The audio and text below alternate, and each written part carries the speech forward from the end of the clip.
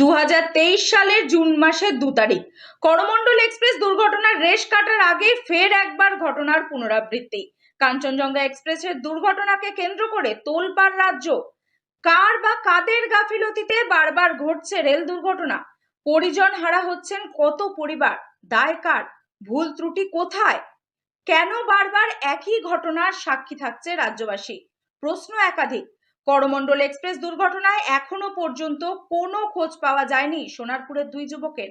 কাঞ্চনজঙ্ঘা এক্সপ্রেসের দুর্ঘটনার পর কি বলছেন করমণ্ডল এক্সপ্রেস দুর্ঘটনায় নিখোঁজ যুবকের পরিবার? শুনবো। কাঞ্চনজঙ্ঘার দুর্ঘটনায় কেন্দ্র করে তোলপাড় রাজ্য।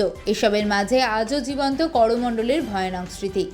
23 সালে 2রা জুন করমণ্ডল এক্সপ্রেস দুর্ঘটনায় এখনো পর্যন্ত কোনো খোঁজ পাওয়া যায়নি সোনারপুরের দুই যুবকের।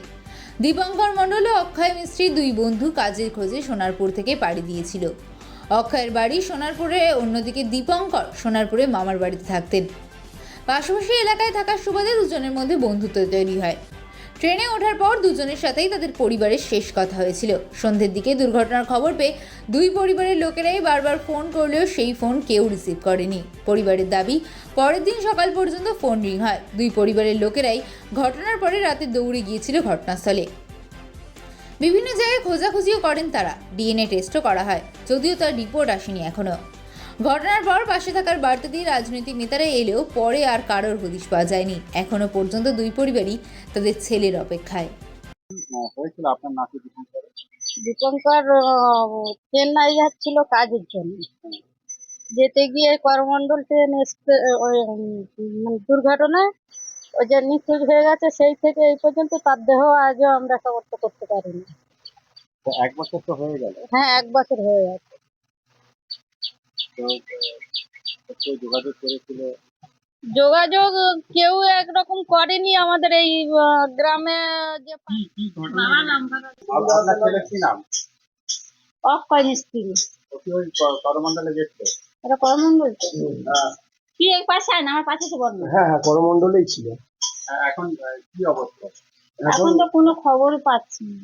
বাবা বলবো কোনো ছেলের কোনো খবর এখন? না, কোনো খবরও পাচ্ছি না। কোনো খোঁজ, আমাদের অনেকবার খুঁজে এসেছি, কোনো খবরও পাচ্ছি না। ডিএনএ টেস্ট করতে দিয়ে আসলো, তাও কোনো খবর পাইনি, কিছুই পাচ্ছি না। কোনো রিপোর্টও দেয়নি, কোনো আর্থিক সাহায্য কোনো কিছু পাইনি। কাউকে কেউ কিছু আমাদের দেয়নি। আমরা অনেক টাকা পয়সা দেনা পাওনা করে নিয়ে অনেক সন্তান অনেক খোঁজা খুঁজেছি, প্রচুর খুঁজেছি। 6-7 বার 8 বছর। কি অবস্থা? তোমরা তো অনেকবার নিজেরাও খুঁজতে গিয়েছিলে, কি অবস্থা? এখন অবস্থা বলতে সত্যি আমরা তো যখন দুর্ঘটনা ঘটেছিল আমরা অনেকবার গিয়েছি ওখানে, প্রায় 5 থেকে 6 বার গেছি। গিয়ে আমরা ওখানে কোনো রকম কোনো সাহায্য পাইনি। প্লাস আমরা চেষ্টা করেছি অনেক খোঁজার ভাইকে, কিন্তু খুঁজে পাইনি। ডিএনএ টেস্টের স্যাম্পেল দিয়ে আসা হয়েছে, রিপোর্টও পাইনি। ইভেন সরকার থেকে যে কোনো আর্থিক অবস্থা মানে যে বলেছিল যে সাহায্য করবে, যেহেতু আমরা অনেক সাধারণ ঘর থেকে বিলং করি, তো আমাদের অত সামর্থ্য নেই যে ওখান থেকে গিয়ে আবার বারবার গিয়ে খোঁজা।